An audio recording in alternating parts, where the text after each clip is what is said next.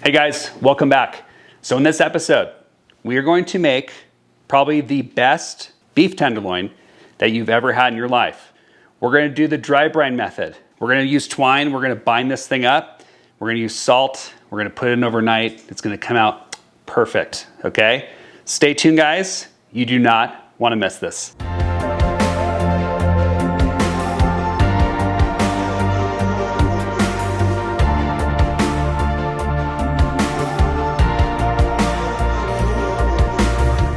Hey, so the first thing you guys need to have this all basically done properly is we're gonna need some butcher's twine, and of course you're gonna need some tenderloin. So I'm gonna show you guys how to do that. This is gonna be awesome. I've seen a lot of videos about it. Let's go ahead and try it.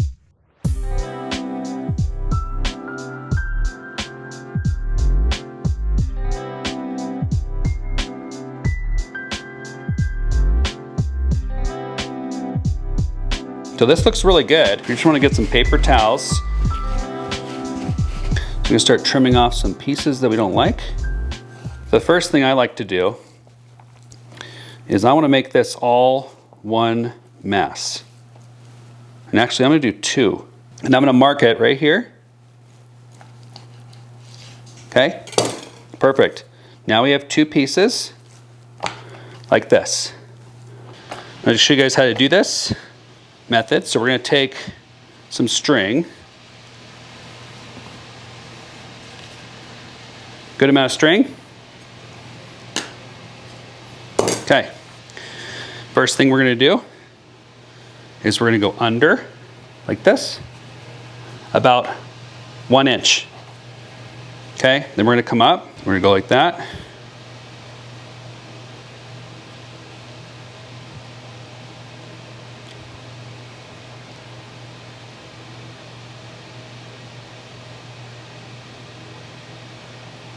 Okay, now with this hand and this, we go around, okay, we go down like that. Look to see if it's about 1 inch down.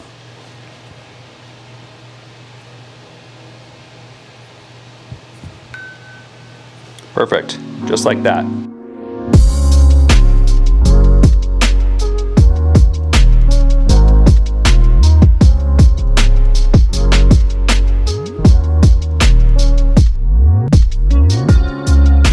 Just like that. And then we go ahead and trim it. And there we go. So we have these ones here.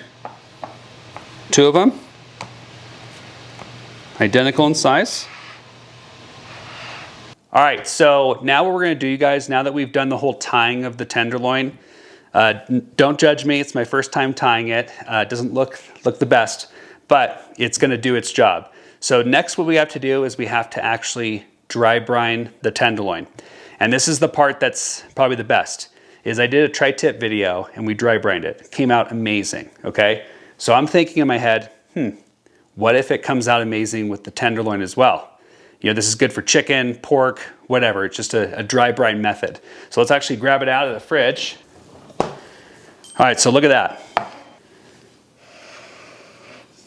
So now what we need to do is we need to dry brine it. So we're gonna go ahead and get a rack, okay? This rack's gonna have a sheet pan and a rack, because we wanna do is we actually wanna elevate it off of the ground, because that's part of the brining process. Now, one thing to know, let me give you guys a little secret, a little pro tip, okay? This is my favorite salt to use. I use this every day. This is my salt, okay? So this is actually really, really good for brining. So what I do is I pour it in here, and I got a lot of salt, okay? So let's do this. Let's take the tenderloins now, because we're gonna put them on a rack. I'm gonna show you guys how to do the dry brine method. So I'm gonna cut off this little tag.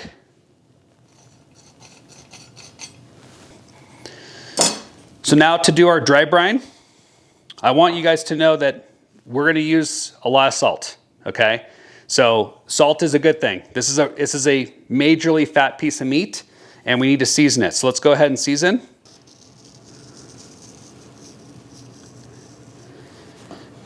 We're gonna rotate it over. Again, don't be shy, you guys. Once you guys see what this does, it is amazing. It might seem like it's a lot of salt, but it really, really isn't. It's just putting flavor on, it's doing a brine. So I'll also do up here. And then I'll go that last side. Okay, that looks perfect. So that one's nice and brined. Then we're gonna do this one over here.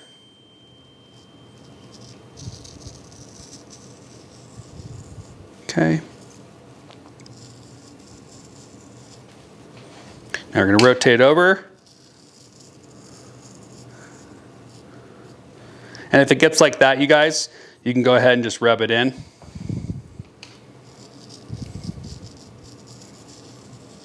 This looks so good. I can't wait. This is going to be one heck of a Christmas dinner. To be honest, this is actually a great weeknight meal. It's super easy to do. It's pretty much fail-safe in my opinion. So, all right, we're almost done here. Just gonna do the little top part here. And then I'm gonna do this top part right here. Look at that. Look at that, it's perfect. Just delicious. All right, so this is all done now and it's completely ready to go.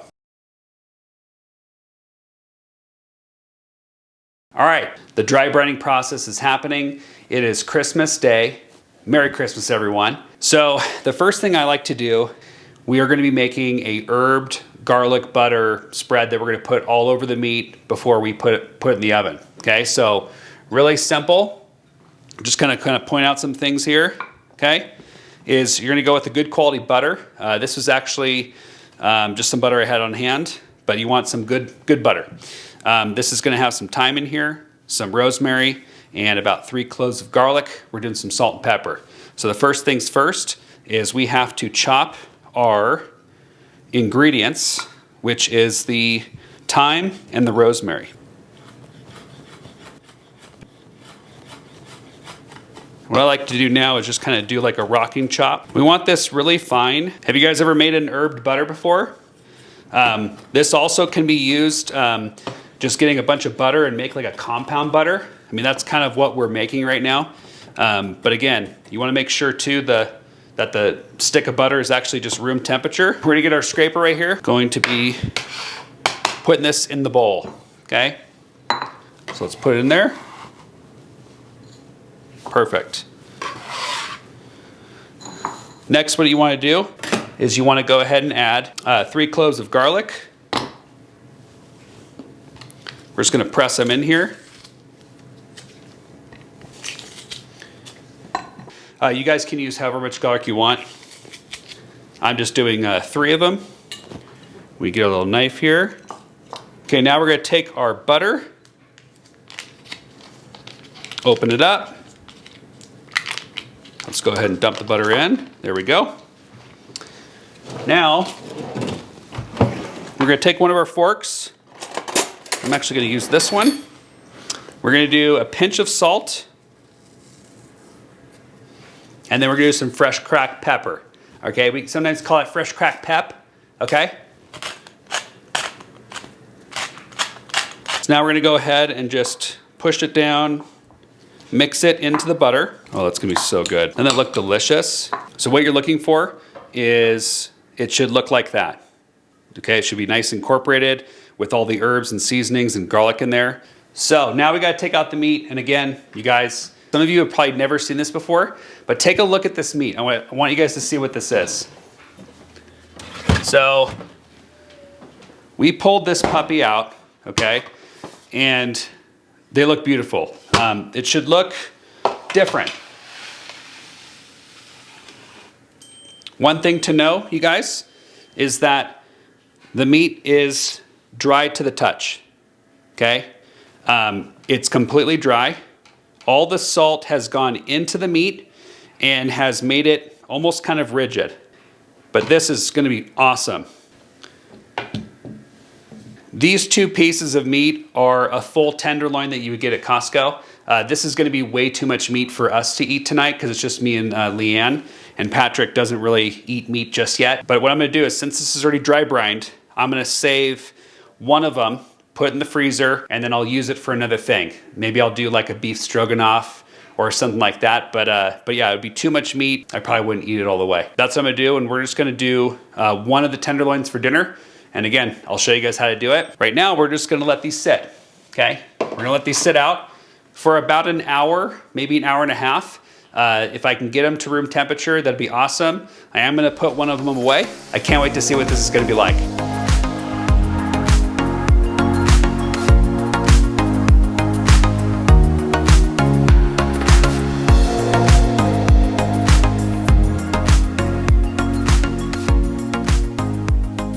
So we got the compound butter that we're gonna put on the fillet, okay? We have a pan right now that is approaching its smoking point. You can see it. We have the beautiful, roast. And oven, you guys, oven set to 425. So let's get some olive oil in here. And then what we're gonna do is we're gonna place the steak down in here. Cool. Let that go.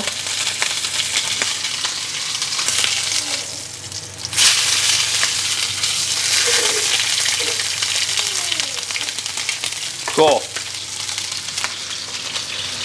So you're just getting a brown on each side? Yeah, so what we're trying to do is we're just gonna sear it very lightly because we're gonna do the rest of the cooking actually in the oven. This is gonna go for a little bit longer. Let's take a look. That's perfect, but I wanna go a little bit more. I want the color to be there.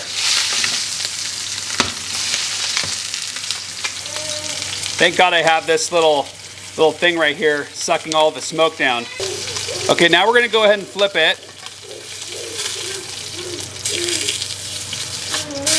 We get that over there. I'm gonna add a little bit more oil.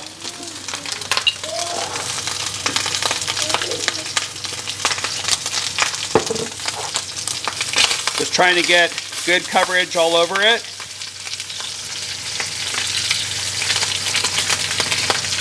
Put it over the side. So what I'm doing too is I'm leaning the pan over so that way it gets a full contact of it. The better you sear it, the better this is going to taste.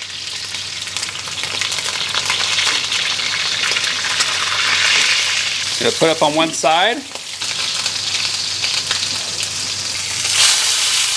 Then we're gonna rotate it over there. Get a nice close-up, Leanne. That looks beautiful. This is my first time actually cooking in my new cast iron pan that I just seasoned. So whether this is the video that's before or after, I'll put the link in the description for this video. It's pretty awesome. Now we're gonna go ahead and basically take this piece, sear that end. Oh my goodness. I'm so excited for this. This is gonna come out so good. Get good color all over it. Okay, now, I'm gonna take this off. And I want you to see this, Leanne, is what I'm gonna do is I'm gonna take my probe now and I'm gonna stick it into the meat, okay? This is how we're gonna get our temperature reading for everything. So, I wanna go right in the middle right here, and I wanna just come right into, perfect. Okay, all right. So now what we're gonna do, you guys, is we're gonna put this piece of meat back in, just like so. We're gonna put it right there. And then we're gonna take the butter. We're gonna put this all over the top. Okay? Don't be shy.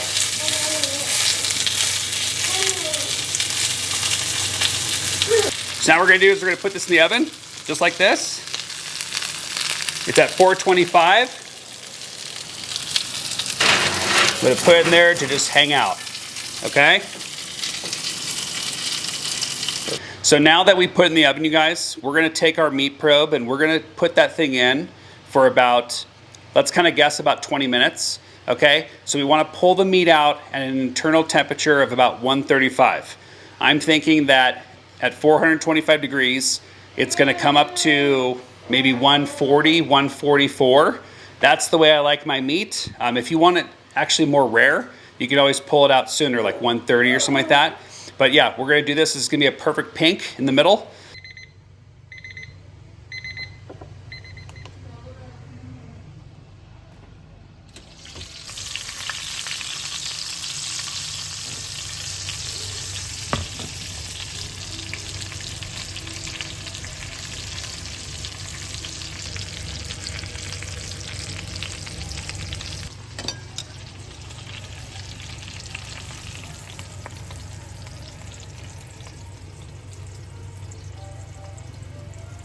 So this meat went all the way up to about 151.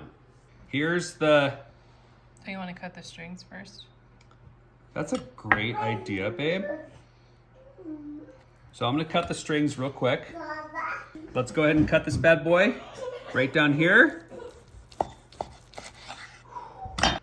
I'm so excited. Beautiful. Look at that, guys. Is perfect. So this went all the way up to 151 and it's still pink. So look at how pink it is in the center all the way around. Let's go ahead and do a little taste test. God, look at the meat. Oh my God. Okay, ready?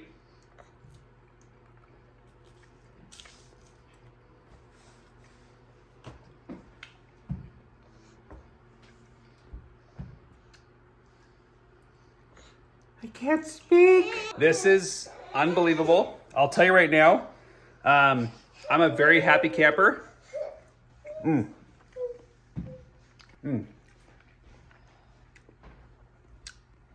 That is ridiculous. Juicy. I'll tell you this. The fact that we dry brined it, you guys, this is probably the best filet mignon I've had in a very, very, very long time. Probably because I made it. You guys, I want you to follow me. I want you to subscribe because every time you do, I get pumped up. If you like what you see, hit that notification bell, hit that subscribe button. You guys are awesome. Until next time, see you on the next episode.